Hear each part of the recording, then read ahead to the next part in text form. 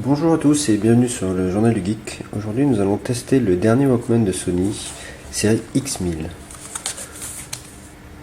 Donc le modèle que nous avons est un X1050, ce qui correspond à une capacité de 16 Go. Découvrons ce qu'il y a dans la boîte.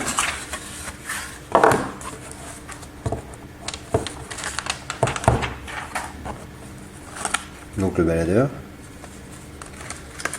Une boîte donc dans laquelle semble être rangé l'ensemble des éléments qui vont avec l'appareil. Donc nous avons un câble USB propriétaire de Sony bien évidemment. WM port. Des écouteurs qui embarquent des petits micros ici parce que le baladeur offre la fonctionnalité noise cancelling. En ce qui concerne les écouteurs, c'est des écouteurs de type intra qui sont plutôt bien en général chez Sony.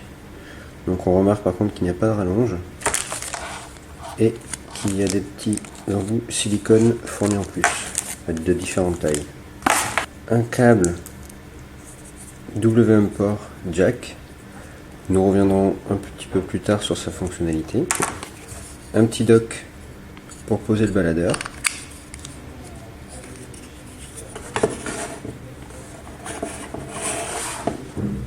Une nouvelle prise jack, double jack en fait, qui sert à écouter la musique ou la télévision dans les avions.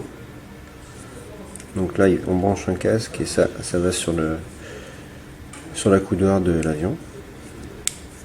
Et enfin tout ce qui est notice, garantie et logiciel. Donc voici le baladeur.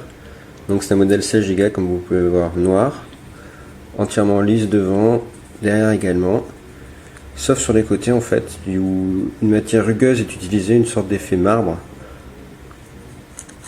Donc je sais pas si on verra bien à la caméra, mais c'est très spécial, on aime ou on n'aime pas. Là nous avons le port donc USB WM port propriétaire. Ici la fonction noise cancelling activée et désactivée, le réglage du volume, au dos un effet brillant granit aussi également, mais c'est lisse et comme vous pouvez le voir les traces de doigts prennent mais légèrement, c'est pas catastrophique comme d'autres baladeurs. Et la touche hold. De l'autre côté rien de spécial. Et enfin sur le dessus la prise casque standard 3,5. Des boutons play, pause, avance et retour.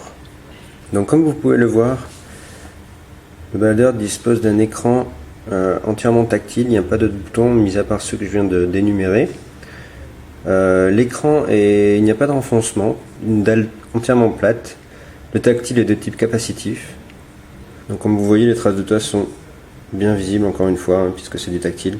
Par contre l'écran est de type AMOLED et assez beau, donc on va l'allumer pour que vous voyez. Pareil, plutôt joli, l'interface assez sobre. On retrouve les icônes qu'on a sur la PSP ou la PlayStation 3, mais également les anciens modèles de la gamme Walkman. Donc, on va faire un petit tour des fonctionnalités.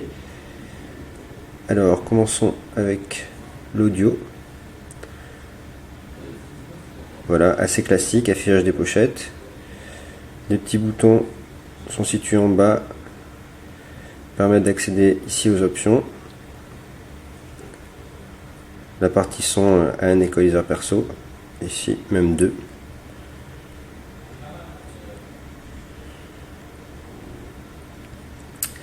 On peut avoir un affichage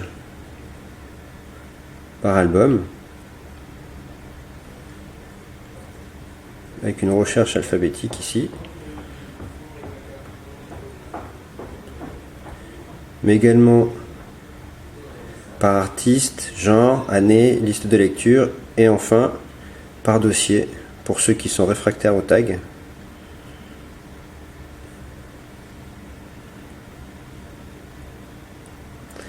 Mais ce n'est pas tout. Il est possible d'aller rechercher directement sur internet puisque ce Walkman embarque le Wi-Fi BG, d'aller chercher sur internet des clips YouTube ou des recherches sur Yahoo correspondant en fait à l'artiste que vous êtes en train de lire. Mais ce n'est pas fini, puisque ce X1000 embarque une sorte de fonctionnalité coverflow, un peu comme Apple sur leur iPod Touch, sauf que là c'est quelque chose de nouveau, made in Sony. Donc il suffit en fait de prendre la cover de l'album qui s'affiche et de la faire glisser. Ainsi, vous accédez en fait à tous vos albums. Le mieux c'est quand il y a une pochette, sinon vous avez un logo Sony qui apparaît. Évidemment, c'est une fonctionnalité gadget, comme le coverflow sur l'iPod Touch, mais bien sympathique et comme vous pouvez le voir, relativement rapide. Il n'y a pas de saccade. L'écran tactile répond très bien. Maintenant, allons sur la fonction photo. Donc pareil, affichage d'abord par vignette. Ensuite, il suffit de sélectionner une photo.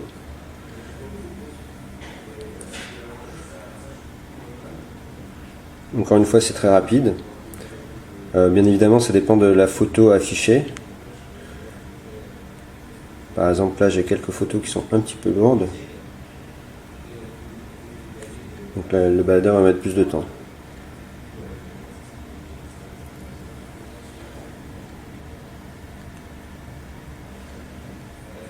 Les options sont toujours à droite sur une petite icône. Toujours une fonction recherche aussi qui permet de naviguer dans les dossiers, comme on a pu le voir juste avant sur la partie musique. Mais on peut également, et ça c'est un peu nouveau chez Sony, personnaliser l'interface, par exemple avec un fond d'écran.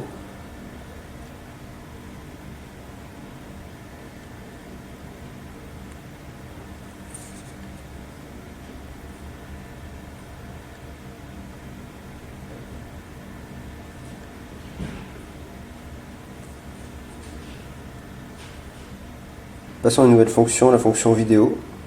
Donc le X1000 dispose d'un très bel écran comme vous avez pu voir. Malheureusement la résolution est toute petite et vous devrez obligatoirement rencoder vos vidéos si vous souhaitez les mettre au format MP4 ou WMV.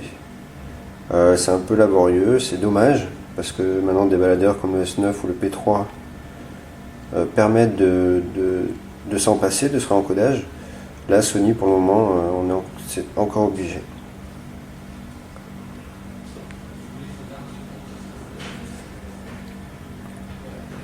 Mis à part ça, les vidéos sont très belles dessus, enfin il n'y a pas de souci.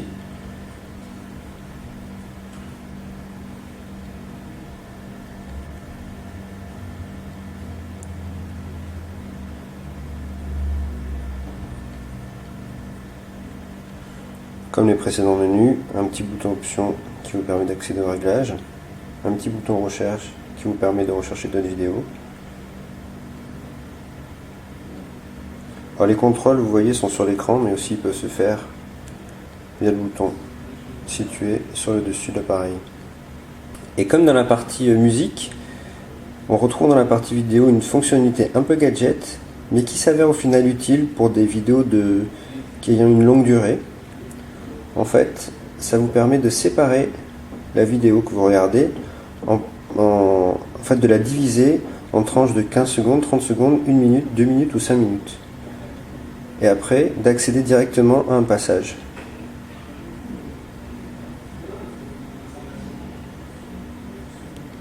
On va le faire avec une autre vidéo, vous allez voir que c'est instantané.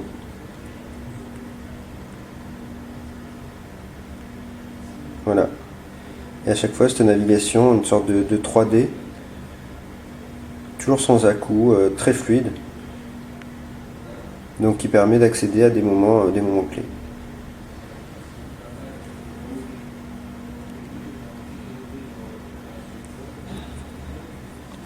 Donc j'ai oublié tout à l'heure de vous parler en fait de la touche Home. En fait, c'est cette touche qui permet à tout moment de revenir sur ce menu. C'est une nouveauté récente chez Sony, mais maintenant les baladeurs de la marque embarquent directement un tuner FM. Donc comme vous pouvez le voir, assez classique. Il est possible d'enregistrer plusieurs réglages, de régler automatiquement les stations.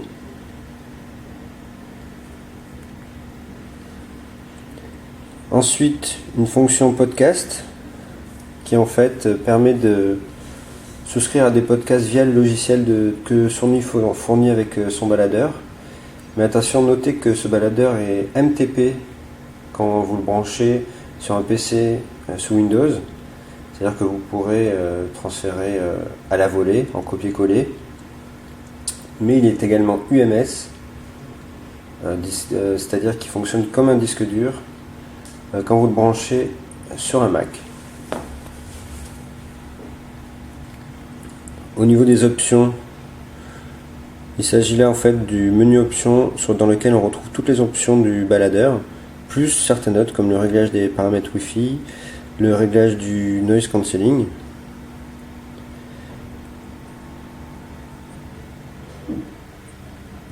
Donc il y a de nombreux réglages et ça c'est très agréable de la part de Sony. Donc, pour se servir de la fonctionnalité noise cancelling, il suffit de brancher le casque. Attention parce que ce casque dispose de micros et donc si vous branchez un autre casque, vous ne pourrez pas utiliser cette fonctionnalité. Ensuite il suffit de l'activer via le bouton situé sur le côté et d'accéder dans le menu pour avoir les options. Alors tout à l'heure je vous parlais de ce petit câble qui est fourni en plus. En fait il vous permet d'utiliser la fonction noise cancelling qui est incluse dans le hardware du baladeur, de l'utiliser sans utiliser le baladeur lui-même. En fait, ça utilise cette fonction, mettons si vous êtes dans l'avion, puisque Sony fournit un adaptateur pour l'avion, vous branchez cet adaptateur, vous branchez ceci sur l'adaptateur, vous branchez ça sur le baladeur, et sur le baladeur, vous branchez les écouteurs. Ainsi, vous pourrez écouter la télé dans l'avion en bénéficiant du noise cancelling. Grosso modo, c'est un casque noise cancelling que vous pouvez utiliser ailleurs que obligatoirement avec le contenu du baladeur. Donc, dernière fonctionnalité de ce X1000, la fonction Wi-Fi, Wi-Fi BG, qui vous permet en fait d'aller sur internet via le navigateur disponible ici, qui est Access. C'est en fait un navigateur qu'on retrouve sur des téléphones mobiles comme des Samsung. Donc la majeure partie des pages web sur lesquelles vous allez aller avec ce navigateur seront formatées comme pour un mobile. Ne cherchez pas à lire du Flash, ne cherchez pas à lire énormément de JavaScript. Enfin, c'est un navigateur assez réduit qui dépanne comme sur un mobile pour aller chercher quelque chose sur net, un renseignement rapide, mais en aucun cas un navigateur comme celui de l'iPod Touch par exemple. Donc il y a diverses options.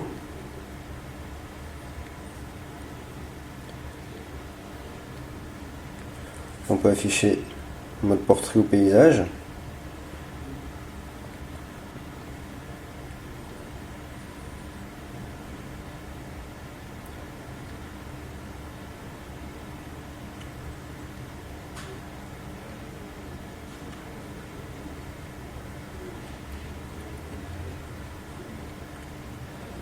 Vous voyez, le tactile répond assez bien entendu. Il n'y a pas de multitouch et il n'y a pas non plus d'accéléromètre.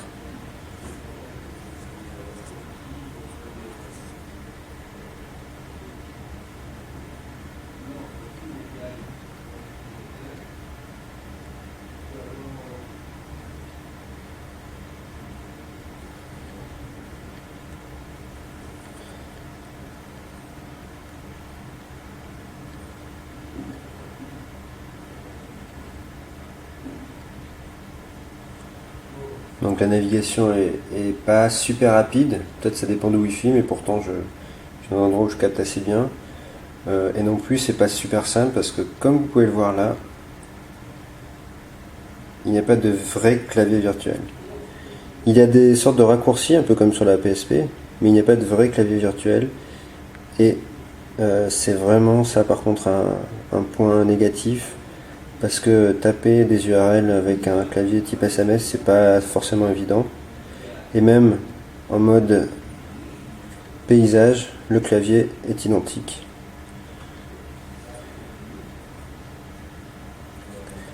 C'est vraiment la grosse déception en fait, le navigateur web. De plus, le Wi-Fi ne vous permet pas de vous connecter à un ordinateur et d'échanger des données. Il sert juste donc, comme je le disais au début, de naviguer sur internet, mais pour dépanner plus que autre chose. Il y a également une fonctionnalité YouTube qui est utilisable via le Wi-Fi. Donc c'est une interface YouTube spécialement pour le Sony qui permet de lire les vidéos. Contrairement à quand vous allez avec le navigateur, mettons sur Dailymotion YouTube, il n'est pas possible de les lire.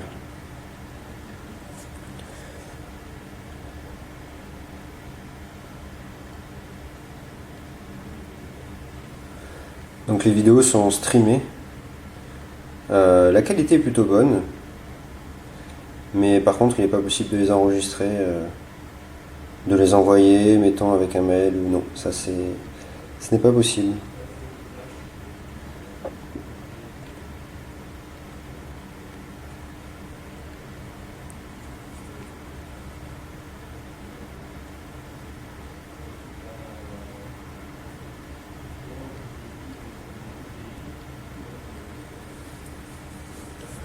Donc voilà, nous arrivons à la fin. Nous avons mis en revue toutes les fonctionnalités de l'appareil. C'est un très bel appareil, un très beau produit qui sera vendu assez cher malheureusement puisque c'est du Sony encore une fois. Mais la qualité sonore par exemple est au rendez-vous. Le système de noise cancelling est très convaincant, surtout pour ceux qui écoutent de la musique dans les transports en commun. Donc après il y a des limites, le navigateur web n'est pas encore au top, la partie vidéo est un peu décevante malgré la belle qualité. Donc je pense, j'espère que Sony va développer ce type de produit et va sortir quelque chose d'encore mieux. Mais déjà si vous hésitez entre ça et d'autres petits baladeurs du marché, vous pouvez mettre un peu plus et vous offrir ce X1000 qui, je le répète encore, est un très bon produit. Merci à tous et à une prochaine fois sur Journal du Geek.